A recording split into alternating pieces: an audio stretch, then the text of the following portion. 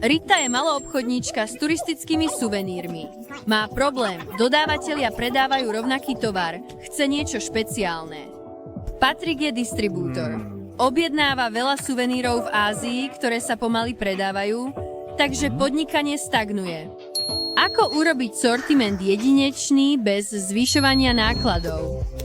Suvenix.com turnkey turistické suveníry s plným výrobným cyklom v Európe vyvíja nové, originálne nápady a dizajn.